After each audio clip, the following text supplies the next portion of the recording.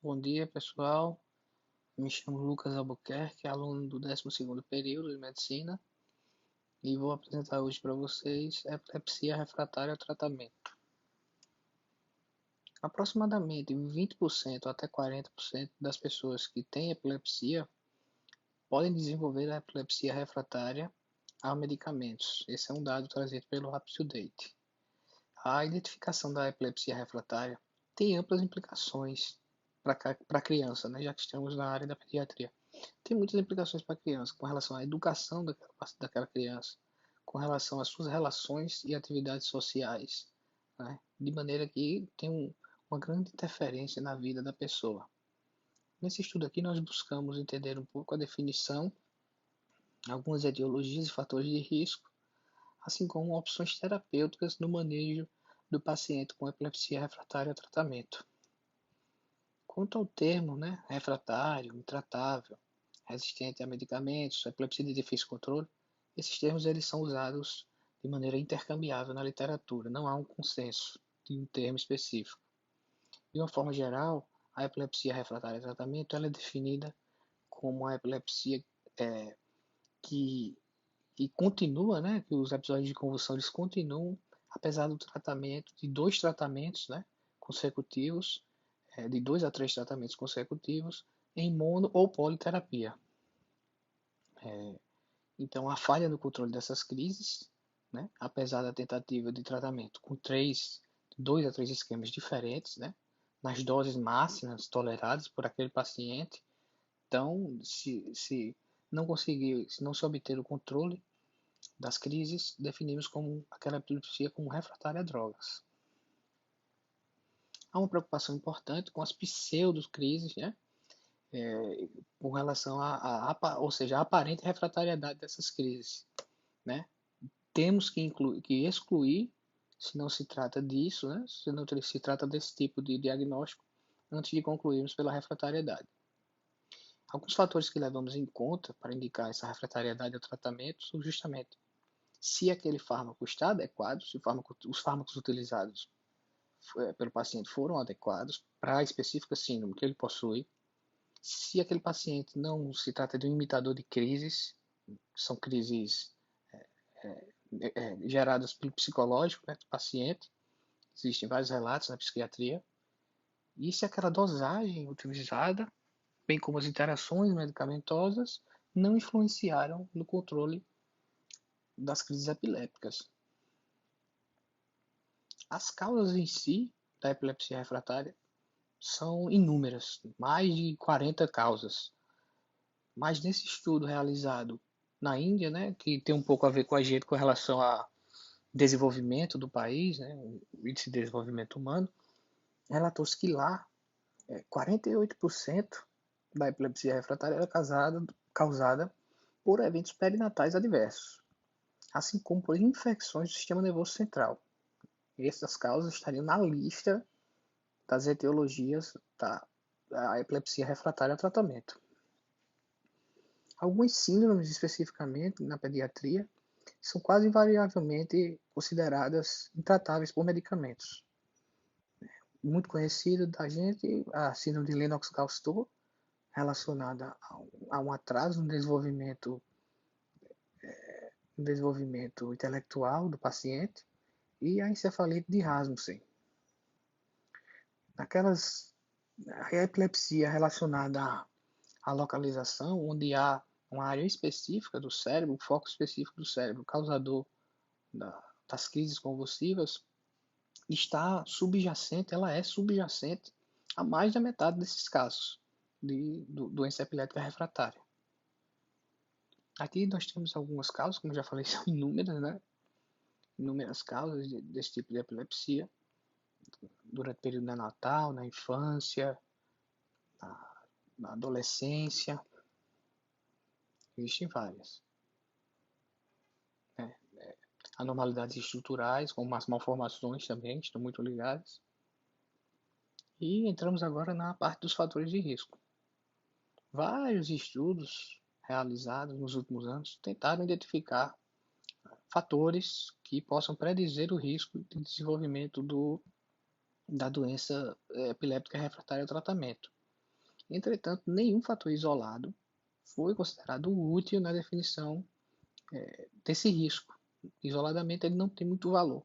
Entretanto, quando nós fazemos uma conjunção de fatores, quando nós juntamos esses fatores, nós aumentamos a probabilidade de predizer o risco.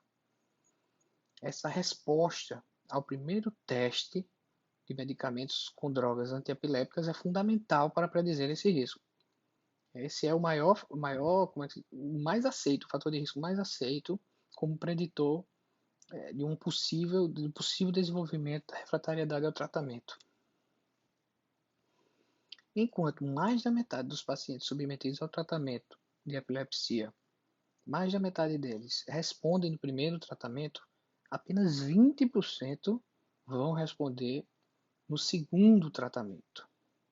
Então, o primeiro teste terapêutico é crítico para definir se aquele paciente tem um alto risco ou não de desenvolver a refratariedade.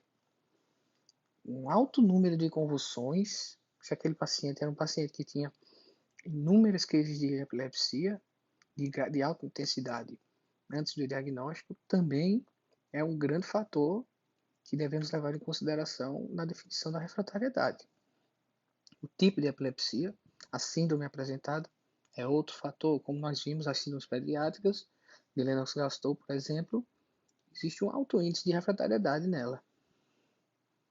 A idade também, alguns estudos mostram, efetivamente, que a idade ela pode ter uma relação com a refratariedade, né? Com a intratabilidade da epilepsia.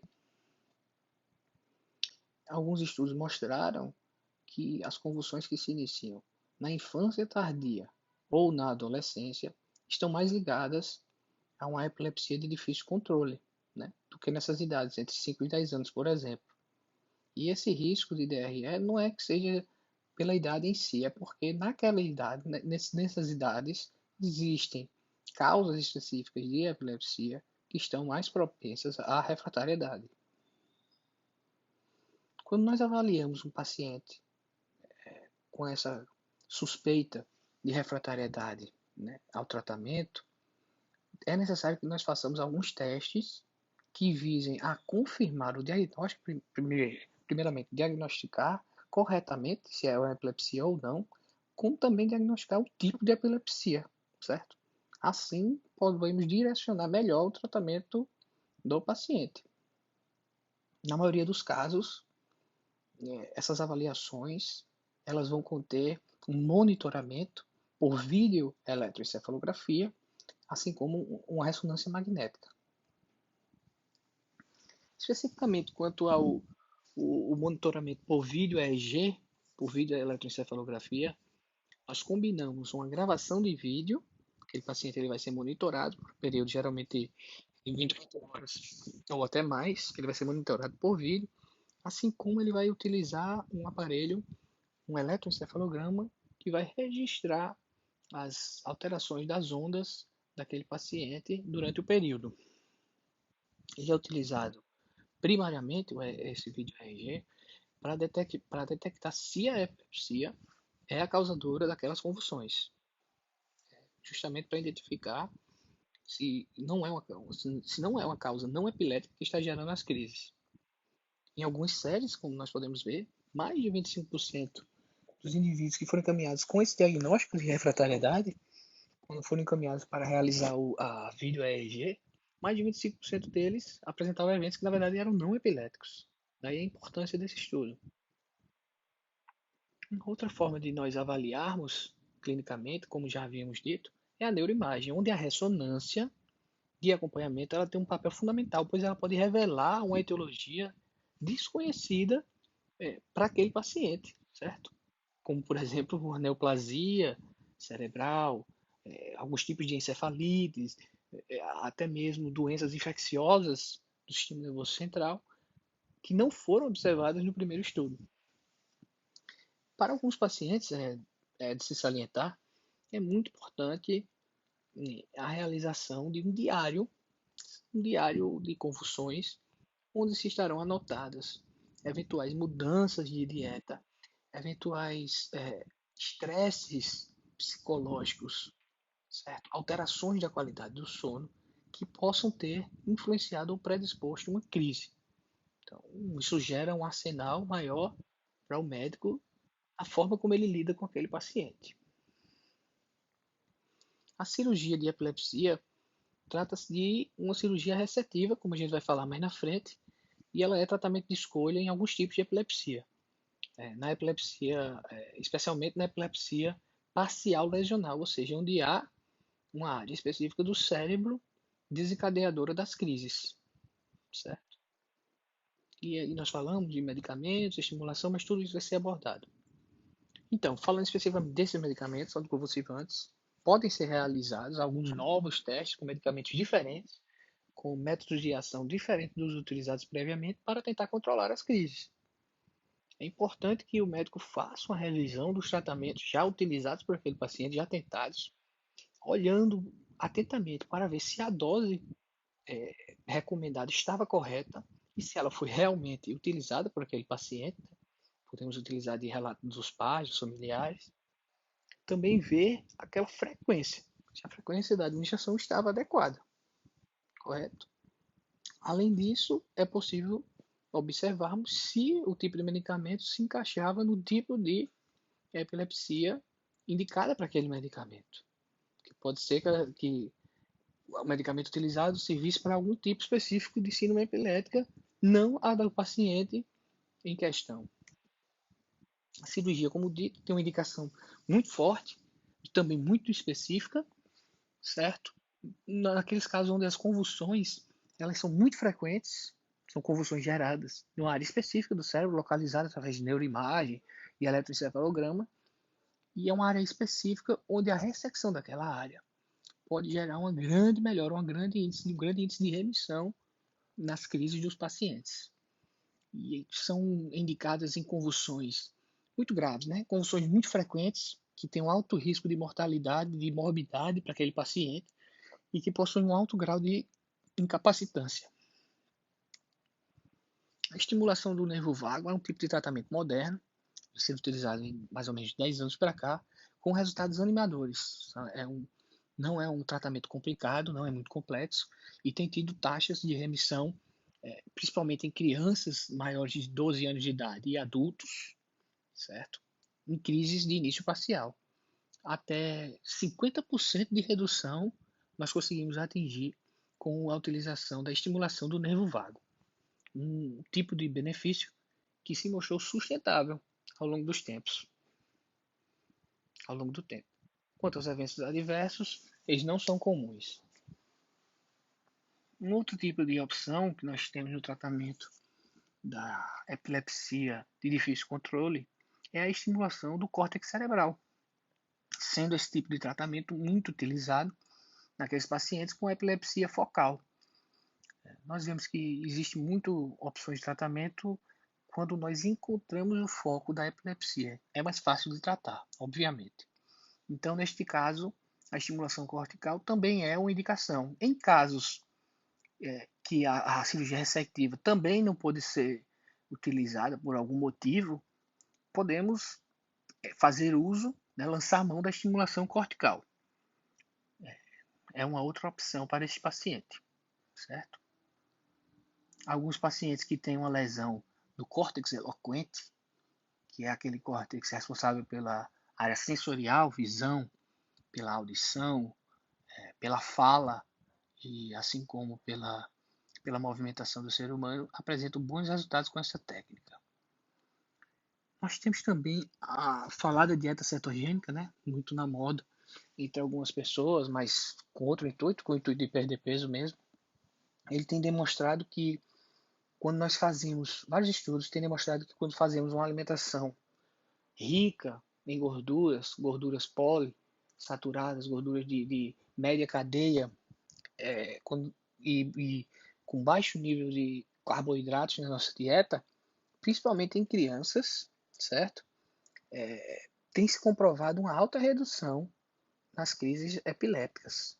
E assim como nas crianças de espectro autista, também tem se mostrado de grande valor a introdução da dieta cetogênica.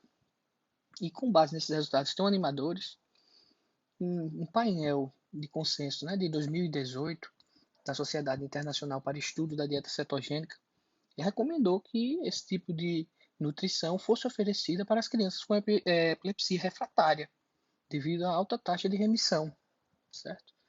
E, geralmente o período mínimo em que se recomenda a utilização deste tipo de dieta é de 3 meses para se obter resultados ou até mesmo para abandonar o tratamento, podendo chegar até 2 anos na maioria dos casos. Entretanto, muitas pessoas relatam que a persistência nesta modalidade de nutrição rende bons frutos mesmo em longo prazo.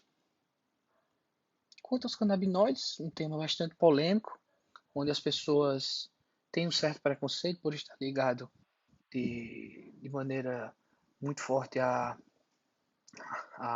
cannabis sativa, né? E mas vale salientar que os canabinoides nada têm a ver com propriedades alucinógenas, não. São, são moléculas, inclusive, que são reconhecidas por receptores do nosso corpo e são fundamentais para o sistema nervoso central do ser humano, certo? Muitos estudos, entretanto, randomizados, mostraram resultados não tão animadores para o uso dos canabinoides, sendo um uso muito mais off-label, certo? Entre os próprios pacientes muitas vezes não é uma recomendação médica, mas muitos pacientes fazem uso e há muito também troca de informações, principalmente quando se trata de crianças, entre os pais. Alguns pais tiveram bons resultados com o filho, onde muitas vezes aquela crise, aquele tipo de epilepsia do filho é diferente do outro, mas aí o outro tenta fazer uso também achando que vai funcionar. Dessa forma vai se propagando o uso, certo? A eficácia, como dito, é modesta. Entretanto, no ano de 2018, foi feito um consórcio, né, com 25 centros de epilepsia nos Estados Unidos, e os resultados pareceram até bons, relacionado a 607 crianças, com alguns adultos também, nos casos de epilepsia que eram resistentes ao tratamento. Houve uma redução mediana de convulsões nesse período entre 12 e 96 semanas, aproximadamente de 50%. Entretanto, houve muitos abandonos, principalmente devido aos efeitos colaterais, né? Os pacientes reclamavam muito de sonolência e até de manifestações gastrointestinais, entre elas a diarreia. Também porque se trata de um óleo, né? Tem esse tipo de efeito. De modo que nós concluímos nossa apresentação com a apresentação das referências, onde a mais utilizada foi realmente a do UpToDate, por trazer informações bem atualizadas sobre o tema. E nós vimos aí que existe um grande percentual daqueles pacientes com epilepsia que podem desenvolver a epilepsia refratária, né? Entre 20% a 40%. De modo que é um tema muito importante que nós devemos nos aprofundar mais e estar atento às mudanças, porque a cada ano sai uma novidade referente a tratamentos específicos para as síndromes epiléticas. De maneira que eu agradeço muito pela atenção de todos. Obrigado.